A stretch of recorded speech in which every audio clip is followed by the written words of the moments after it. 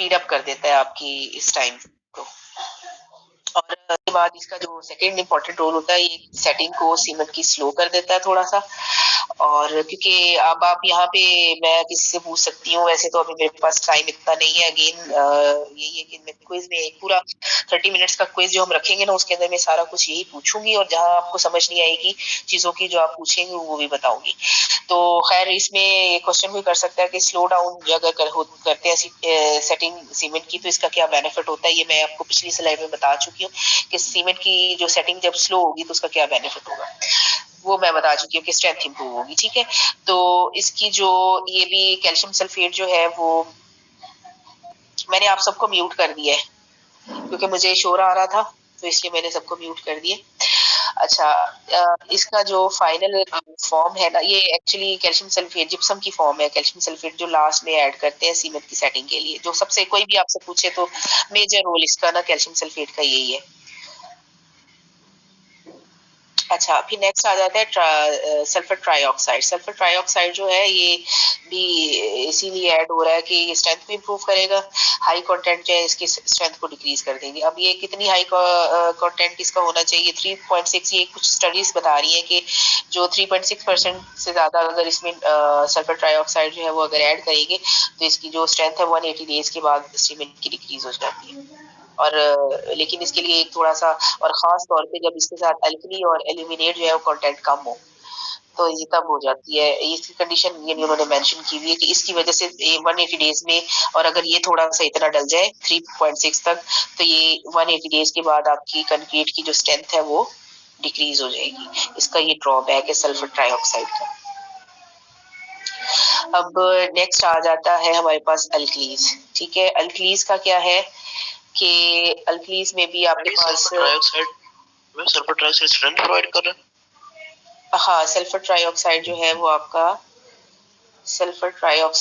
वो आपका स्ट्रेंथ को इम्प्रूव कर रहा है। और अगर आप इसकी स्ट्रेंथ जो है वो 2% से ज्यादा ले जाते हैं, जो कि हमने यहाँ पे ना हमारी जो थोड़ा सा स्लो कर रहे हैं, ज्यादा फास्ट बोल रही हैं। फास्ट मैं इसलिए बोल रही हूँ कि मैंने खत्म करना है इसको मैंने इसको खत्म करना है आज, क्योंकि ये 30 मिनट। अच्छा चले, ये सल्फर ट्राइऑक्साइड जो है ना, ये आप यहाँ से देखेंगे, इस टेबल को आपने देखना है कि हमें चाहिए इतना, ठीक है, 1 to 2% चाहिए। तो अगर ये चला जाता है 2% से ऊपर, किधर है ये 2% से ऊपर अगर चला जाता है तकरीबन, अब हम कह सकते हैं 2% से 3% पे भी चला जाएगा तो स्ट्रेंथ जो है उसकी डिक्रीज हो जाएगी। लेकिन वो जो एक रिकॉर्डेड होती है ना चीजें, कि जो लोगों ने कर करके जो रिसेंट रिसर्चर्स हैं वो कहते हैं, रिसर्चर्स जो है वो ये कहते हैं कि ये 3.6% तक जब तक नहीं जाएगी तब तक ये डिक्रीज नहीं होगी इसकी, यानी इतनी होगी तो 180 डेज के बाद इसकी स्ट्रेंथ जो है वो डिक्रीज होती है। इसका रोल ये है सल्फर ट्राइऑक्साइड का।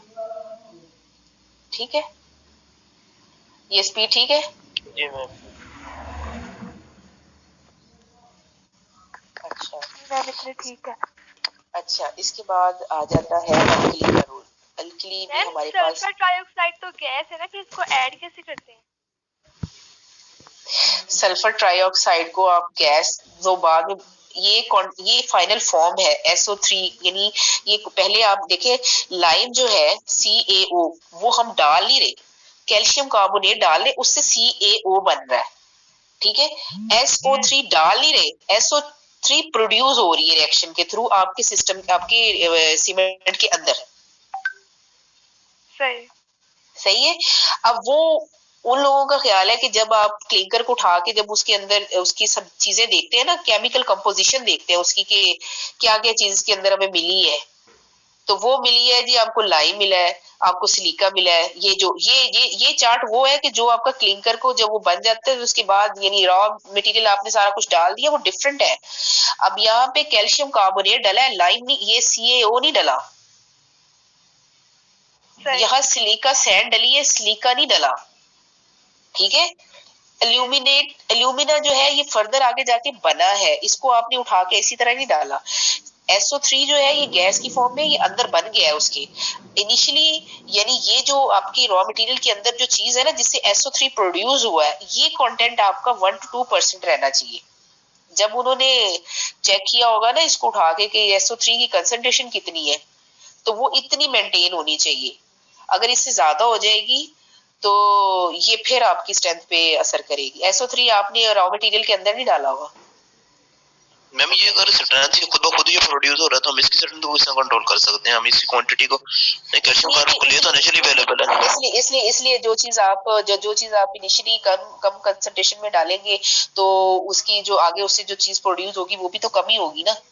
जब आप इनिशियली ज्यादा डालेंगे यानी उसका रॉ मटेरियल जो उसे प्रोड्यूस कर रहा है तो वो अगर कम होगा तो उससे अब यही तो बात मैंने लाइम में की थी कि लाइम की कंसंट्रेशन आपने मेंटेन करनी है 63%। मतलब आपका जो कैल्शियम कार्बोनेट है इनिशियली वो 90% तक डलेगा उसके अंदर, तो आपके ये पास ये लाइम जो है वो 63% यहाँ पे प्रोड्यूस होगा उससे। मैं सिलिका 25% अबव कर दें तो फिर SO3 पे असर पड़ेगा?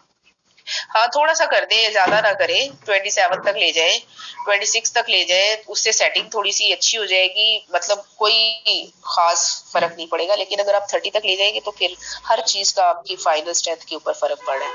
इसीलिए उन्होंने ये रेंजेस मेंशन की हुई है कि इनसे ज्यादा ऊपर नीचे नहीं जाना। मैम अगर क्विक सेटिंग करेंगे तो स्ट्रेंथ ज्यादा होगी या स्लो सेटिंग करेंगे तो स्ट्रेंथ ज्यादा? स्लो सेटिंग करेंगे तो स्ट्रेंथ ज्यादा होगी, और क्विक सेटिंग होगी तो उससे स्लो उसकी जो स्ट्रेंथ है वो थोड़ी कम होगी, उसकी स्ट्रेंथ पे असर इस तरह पड़ता है। इसीलिए स्लो सेटिंग के लिए हम लोग जो है ना वो कर रहे थे यहाँ पे उसकी सेटिंग स्लो। मैम अगर एल्यूमिना हम ज्यादा ऐड करते हैं एल्यूमिना एक्सेस अमाउंट में, ठीक है, अगर उस 15 मिनट लगते हैं सेटिंग टाइम तो वो स्लो नहीं हो जाएगा अगर पहले 10 मिनट हो रहा था?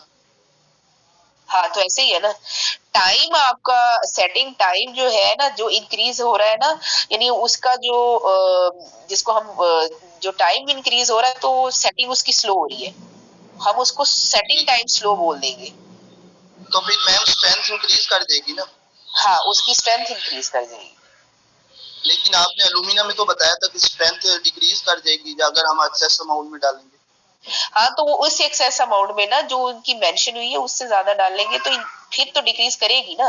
अगर आप यहाँ पे उठा के 10% डाल देंगे या 15% डाल देंगे तो ये डिक्रीज कर जाएगी।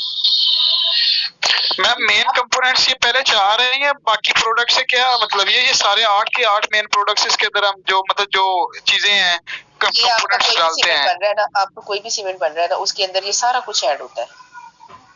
मेन रोल जो है ना प्ले कर रहे हैं वो आपके पहले 3-4 कर रहे हैं, लेकिन बाकी जो है उनका भी अपना रोल है, तभी तो मैं उसको एक एक स्लाइड से बता रही हूँ कि इनका भी रोल है, तो इसीलिए ये ऐड होते हैं। वही वाली बात है कि चावल बनाने आप बिरयानी बनाते हैं, बिरयानी में रोल जो होता है ना मेन वो राइस का और चिकन का होता है, ठीक है, लेकिन आपने उसके अंदर मसाले भी डाले, नमक भी डाली, मिर्च भी डाली है, उसका भी अपना एक रोल है, ठीक है। कुछ चीजें टेस्ट डेवलप करने के लिए है, कुछ चीजें इसी तरीके से ही आपकी ये वाली फाइनल रेसिपी सीमेंट की बन रही है, ठीक है। चले आगे चले। अच्छा ये आपका फिर आ जाता है अल्कलीज। जब आप इसके अंदर एक कुछ कंसंट्रेशन यानी अब ये देखिए अल्कलीज जो ये जो आप ये भी तो गैसेस की फॉर्म में मैं यहाँ लिख रही हूँ, most of the alkalies are removed with release with gases, ठीक है, ये गैसेस के साथ रिलीज हो जाती है। ये जो पोटाश और सोडा है तो ये इनिशियली जो आप चीजें डाल रहे हैं उसके अंदर जो रिएक्शन हो रहा है ना उसके अंदर ही ये प्रोड्यूस हो रही है। अब सोडा और पोटाश जो है ये आपके जब इटसेल्फ रिमूव हो जाती है तो कुछ अंदर भी तो रह जाती है ना, कुछ अंदर भी तो होंगी ना, उसके अंदर भी जितनी हमें रिक्वायरमेंट है जितना चाहिए अंदर थोड़ा सा मटेरियल उसके अंदर थोड़ी सी क्वांटिटी चाहिए उतनी उसके अंदर रहनी भी चाहिए, ज्यादातर अगर निकल भी जाए गैसेस के थ्रू। अगर आपने इनिशियली इतना या तो आपकी रिएक्शन इस तरह का नहीं प्रॉपर हो रहा कि वो उसके अंदर रह गई है ज्यादा अल्कलीज आपकी सीमेंट के अंदर, तो फिर क्या उसका ड्रॉबैक क्या है? उसका ड्रॉबैक ये है कि वो आपकी जो ब्रिक्स है ना इस तरह से उनको स्टेन कर देगी। वैसे आपने देखा होगा ये घरों में अक्सर इस तरह की वाइट जो है स्केलिंग सी होती है आती है जिसको हम लोग कहते हैं कि पानी जो है वो पेनिट्रेट कर गया आपकी वॉल के अंदर, या इस वजह से ये हो रहा है। तो इस वजह से नहीं हो रहा होता, ये इसकी जो सीमेंट की क्वांटिटी है ना क्वालिटी है उसकी बेस के ऊपर ये हो रहा है। सीमेंट के अंदर आपका जो सीमेंट बना है उसके अंदर अल्कलीज की जो क्वांटिटी है वो ज्यादा चली गई है और इस वजह से वो आपके जो ब्रिक्स है या आपका जो मोल्टर है, अब मोल्टर का पता है ना क्या है, ये मैंने पिछले उसमें बताया था, तो ये उसको जो है स्टेन कर देता है। ये अच्छा नहीं लगता, फिर सारी बात है ये किस मकसद की वो चीज है कि जो आपको फिर लगा तो लेते हैं लोग, यूज तो कर लेते हैं, लेकिन वो चीज अच्छी क्वालिटी की नहीं होती। अच्छा, मैंने ये डैम हो लेकिन आगे नहीं होता, ऊपर नमी नहीं चढ़ती। क्या चीज? जो मैम डैम बनाते हैं ना, जैसे कंक्रीट का कह रहे हैं, जो रॉड्स और ये ग्रेवल्स और ये मिक्स करके सारा, तो फिर इसके ऊपर ये नमी नहीं आती, ये नमी नहीं आती, खराब हुआ। हाँ वो नमी नहीं आती। उसकी रीजन आपके मैं आगे जाके ये बताऊंगी उनमें क्यों नहीं आती, और हमारा जो लोकल सीमेंट होता है और उसके अंदर ये क्यों आ जाती है, ठीक है। और ये हमें चाहिए क्यों होता है? चाहिए नहीं होता ये, जब अब वो कुछ चीजें जब आप 4-5 चीजों को 6-7 चीजों को मिला के बना रहे हैं ना, तो उसमें कुछ चीजें ऐसी खुद ब खुद ही प्रोड्यूस हो रही हैं, जनरेट हो रही है रिएक्शन से, कि जो हमें अगर थोड़ी सी लिमिट में है तो डैमेज नहीं कर रही हमारे प्रोडक्ट को, लेकिन अगर वो ज्यादा प्रोड्यूस हो रही है तो फिर डैमेज कर रही है। अच्छा, अब हम लोग आ जाते हैं पोर्टलैंड की जो टाइप्स सीमेंट की फर्दर टाइप्स है। अभी पोर्टलैंड सीमेंट का जनरल सा इंट्रोडक्शन हम लोगों ने पढ़ा था कि कहाँ से प्रोड्यूस होता है, किस कलर का होता है, और इसकी जो कंपोजिशन क्या होती है, उसके एक कंपोनेंट की हम लोगों ने सारी डिटेल पढ़ी है, उसका रोल क्या होता है। अब इसकी टाइप्स क्या होती है जो जनरली यूज हो रही है डिफरेंट कंट्रीज में, और ज्यादातर पाकिस्तान के बाहर यूज हो रही है, लेकिन आपको फिर भी पता होना चाहिए कि ये सीमेंट बेसिकली है क्या, ये किस तरह का होता है। तो इसकी जो टाइप 1 है, इसको हम जनरल पर्पसेस के लिए यानी ये लोग यूज करते हैं, जहाँ पे कोई और हमारे पास अल्टरनेटिव ऑप्शन ना हो, उधर ये यूज हो जाती है और यूज होता है ये सीमेंट।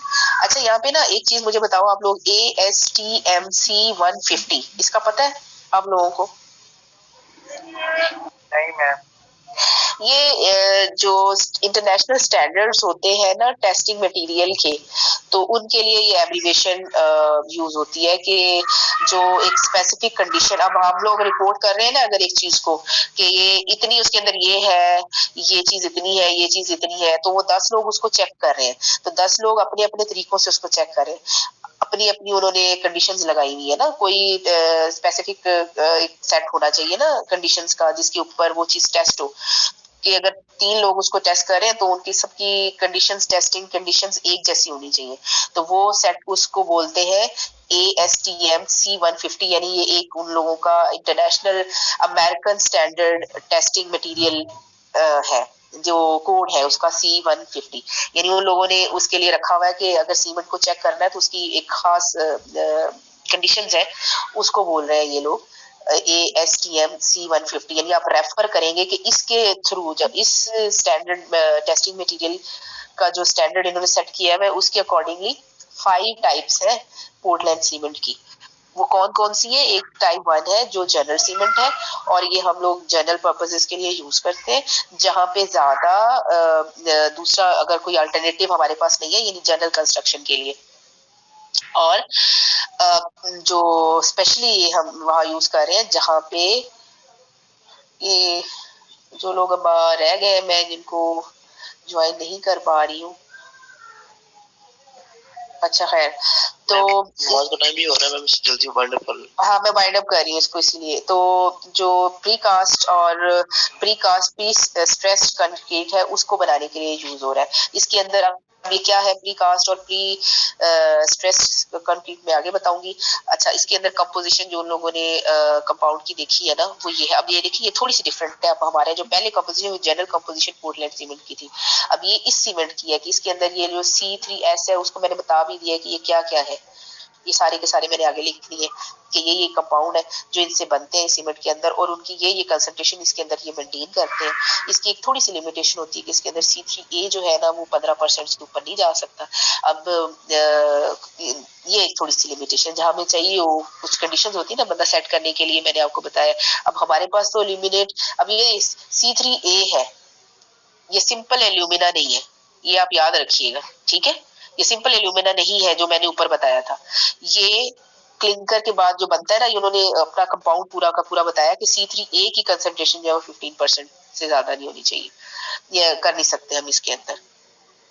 अच्छा, अब आ जाता है कि ये क्या मैंने आपको बताया था प्री स्ट्रेस्ड कंक्रीट, और ये क्या होता है। तो इसमें ये सिंपल सी एक टेक्निक है, ये आपने अभी थोड़ी देर पहले पता नहीं किसी बच्चे ने बताई भी है कि जी वो उसको नहीं लगता, स्टेनिंग नहीं होती उसके ऊपर। तो उसका जो नॉर्मल प्रोसेस होता है ना, वो इस तरह के सीमेंट, ये टेक्निक एडवांस होती है इसमें। चूंकि हम लोग जो नॉर्मल सीमेंट प्रोड्यूस कर रहे होते हैं ना, वो थोड़ा डिफरेंट स्केल पे होता है, वो इतनी अच्छी एडवांस टेक्नोलॉजी नहीं होती उसके लिए। तो इसमें ये करते हैं कि आपका जो कंक्रीट है ना, उसके लिए मोल्ड बनाते हैं, उस मोल्ड के अंदर ये रीबार के या स्टील केबल जो होते हैं ना, उनको इस तरह से उसके अंदर फिक्स करते हैं, ऑलरेडी बने हुए होते हैं। फिर उसके अंदर जो कंक्रीट का मटेरियल है उसके अंदर ये मोल्ड के अंदर डाल देते हैं। फिर इसकी जो ये बार है ना, उसको एक लेवल तक जो है स्ट्रेच करते हैं। स्ट्रेच करने के बाद इसको जब ये क्योर कर जाता है ना इसके अंदर कंक्रीट, तो उसके बाद इसको रिलैक्स करते, छोड़ देते। तो जो इसकी अपना जो स्ट्रेस है ना बार का, वो कंक्रीट के ऊपर ट्रांसफर हो जाता है, जिससे उसकी अपनी जो स्ट्रेंथ है ना, वो फाइनल कंक्रीट की वो इम्प्रूव हो जाती है। और ऐसा सीमेंट जो बनेगा, डेफिनेटली वो इतनी एडवांस टेक्नोलॉजी से बनेगा, वो सीमेंट अच्छी जगहों पे यूज होगा, जो खास तौर पे जो स्ट्रॉन्ग ब्रिजेस होते हैं, डैम्स होते हैं, उस जगह पे ये कंक्रीट यूज होगा। और इसके अंदर भी वो अच्छी क्वालिटी का है, तो बाकी चीजें भी जो आपको आपके उसको डैमेज कर रही है, स्टेन कर रही है, वो नहीं होंगी। SO3 वगैरह प्रोड्यूस नहीं होती इसके अंदर। अच्छा, टाइप 2 जो है वो उसमें भी सेम यही है कि सिमिलर होती है टाइप 1 से, और इसमें केमिकल कंपोजिशन थोड़ी सी फर्क है। 55 था वहां पे C3H, इसमें 51% है, ठीक है। और इसमें जो C3A है ना, वो 8% से ज्यादा नहीं होता। मैम बहुत टाइम हो गया नमाज का। मैम ट्राई कैल्शियम एल्यूमिनेट, हाँ, ट्राई कैल्शियम एल्यूमिनेट, ठीक है। और ये वहां पे यूज करते हैं जहाँ, हाँ बस मैं अभी ये 10 मिनट में आपको कर रही हूँ ना क्लोज। तो ये वहां पे यूज होगा जहाँ पे सॉइल और वाटर इन कांटेक्ट में होते हैं, स्पेशली यूनाइटेड स्टेट के अंदर जहाँ पे सल्फर कंटेंट ज्यादा होगा, और वहाँ पे वाटर और सॉइल जो है वो कांटेक्ट में होते हैं जहाँ आप कंस्ट्रक्शन कर रहे होते हैं, कि वहाँ पे यूज होता है।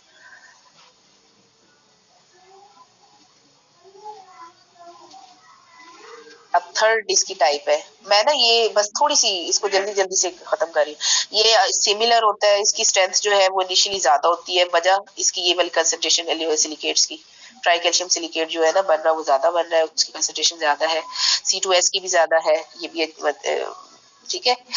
अब फर्क ये है कि टाइप 1 के बराबर ही होता है, उसी तरह का ही होता है, लेकिन ये ज्यादा फाइन होता है। फाइन ये होता है, फाइन होने की वजह से क्या होता है कि ये सरफेस एरिया इसका प्रोवाइड ज्यादा करता है हाइड्रेशन के लिए, और जो डेवलपमेंट होती है ना सीमेंट क्लिंकर की, वो ज्यादा अच्छी हो जाती है, और स्ट्रेंथ भी ज्यादा अच्छी हो जाती है। ये इसकी फायदा है इसका। जो स्ट्रेंथ आपको नॉर्मल सीमेंट से 7 डेज के बाद मिलती है ना कंप्रेसिव स्ट्रेंथ, वो आपको इसमें 3 डेज के बाद मिल जाती है। ये इसका बेनिफिट है, इसीलिए इसको इमरजेंसी कंस्ट्रक्शन के लिए यूज किया जाता है, जैसे गेट इंस्टॉलेशन वगैरह में, यानी जहाँ पे जल्दी उसने स्ट्रेंथ प्रोवाइड करनी हो और हमें इमरजेंसी में कंस्ट्रक्शन करनी हो, वहाँ पे ये सीमेंट यूज हो जाता है टाइप 3। टाइप 4 में भी जो है आप इसकी कंसंट्रेशन देख लें कि इसकी भी देख लें कि परसेंटेजेस क्या है। इसमें आप देखते जाएंगे, अब टाइप 4 के अंदर C3S कम हो गया है, C2S ज्यादा हो गया है, ठीक है। अब चूंकि इसकी ये कंसंट्रेशन कम हो गई है, तो स्ट्रेंथ पे थोड़ा सा असर पड़ेगा इसके, और यानी ये अपनी मर्जी के सीमेंट है जो अपनी रिक्वायरमेंट के हिसाब से उन लोगों ने बना रहे हैं। अच्छा, अब ये तो थी सारी की सारी कंसंट्रेशन, और इसकी रीजन ये होती है कि जब आपकी हीट ऑफ हाइड्रेशन जो है वो स्लो हो जाएगी तो रिएक्शन टाइम स्लो हो जाएगा और फिर इसकी वजह से आपकी जो फाइनल क्यूरिंग टाइम है वो भी स्लो हो जाएगा और स्ट्रेंथ जो है वो थोड़ी सी अच्छी हो जाएगी। अच्छा, फायदा इसका फिर ये होता है कि जब आपका, वही वाली बात है कि जब आपका टाइम रिएक्शन का स्लो है, सेटिंग स्लो है, फिर स्ट्रेंथ बड़ी अच्छी हो जाती है। अब फायदे है ना, किसी चीज का फायदा अगर आप अपने यूटिलाइजेशन के हिसाब से सीमेंट को डिजाइन करें, इसका मतलब है, ठीक है, तो बना रहे हैं, तो अब मैन्युफैक्चर कर रहे हैं, तो अब ये जो है डैम्स वगैरह के लिए ये वहां यूज होगा इस तरह का सीमेंट टाइप 4 स्पेशली डैम्स वगैरह के लिए, ठीक है। बाकी ये थोड़ी सी डेफिनेशन है, ये थोड़ी आप खुद देख लीजिएगा, ग्राउंड ग्रेजुएटेड ब्लास्ट फर्नेस। अब लेकिन मसला ये है कि ये वाला चूंकि डैम तो सदियों बाद जाके, सालों बाद जाके बनता है, उसके लिए इनिशियल फॉर्म में ये सीमेंट प्रिपेयर करके कंपनीज नहीं रखती है, फैक्ट्रीज नहीं रखती है, तो इसलिए फिर ये सालों बाद ही बनता है, तो इसलिए उसकी जो अल्टरनेटिव वे है ना, पोर्टलैंड पोज़ालाना सीमेंट, वो यूज करने लग गए लोग, क्योंकि ये बना हुआ नहीं होता। इसका ये ड्रॉबैक है, ये इतनी जल्दी बनता नहीं है, तो इसलिए इसका अल्टरनेटिव ये लोग निकाल लेते हैं। तो अब वो क्या है, ये वाला सीमेंट क्या है, ये मैं अगली स्लाइड में आपको बताऊंगी। अच्छा, टाइप 5 जो है उसमें भी यही चीज है कि 38% ये थोड़ा सा बढ़ गया है उसकी निस्बत C3S, और C2S कम हो गया थोड़ा, और इसकी जो C3A है यानी ट्राई कैल्शियम एल्यूमिनेट है, वो भी इतनी कम होती है कि ये हाई सल्फेट रेजिस्टेंस में रोल प्ले कर रहा है। और यानी ये सिर्फ इसकी एक, आप लोगों ने सिर्फ ये याद कर लेना है कि इसकी केमिकल कंपोजिशन क्या है इस कंपाउंड की, इस सीमेंट के अंदर, और इसकी लिमिटेशन क्या है, और ये यूज किधर किधर हो जाता है। अब वो कह रहा है कि ये बहुत सारी जगहों में अवेलेबल नहीं है, लेकिन ये सिर्फ यूनाइटेड स्टेट में और कनाडा में बन रहा है इस तरह के सीमेंट, क्योंकि इसकी रीजन ये है कि इसके लिए अल्टरनेटिव सीमेंट्स जो है ना लोग यूज कर रहे हैं। जब उनको थोड़ा सस्ती चीज मिल जाएगी तो लोग फिर यूज उसको नहीं करते हैं। अब ये बस अब यहाँ तक हो गया खत्म ये जो टाइप्स थी ना इसकी पोर्टलैंड की, वो मैंने खत्म कर दी है। बाकी इंशाल्लाह हम नेक्स्ट लेक्चर में देखेंगे, ठीक है। मैम काइंडली क्विज का बता दें, और ये दोनों स्लाइड्स आप क्या चीज, मैंने कहा दोनों स्लाइड जो आपने पढ़ा दी हैं पीडीएफ की फॉर्म में सेंड कर दें ग्रुप में। चले सही है, मैं करती हूँ ताकि हम अच्छे से क्विज प्रिपेयर कर लें। वैसे बच्चों ने स्क्रीनशॉट लिए हैं, उससे अच्छे से समझ नहीं आ रहा, वो मिक्स हो जाता है। मैंने ये पिछली स्लाइड पूरी पीपीटी जो है आप लोगों के साथ फर्स्ट जो थी वो शेयर की थी, और अब ये पूरी की पूरी पीपीटी मैं ये वाली भी शेयर कर देती हूँ, और आप लोग जो है ना इसको देख लें सारा, और नेक्स्ट लेक्चर में मैं इंशाल्लाह आप लोगों से फिर क्वेश्चंस करूँगी।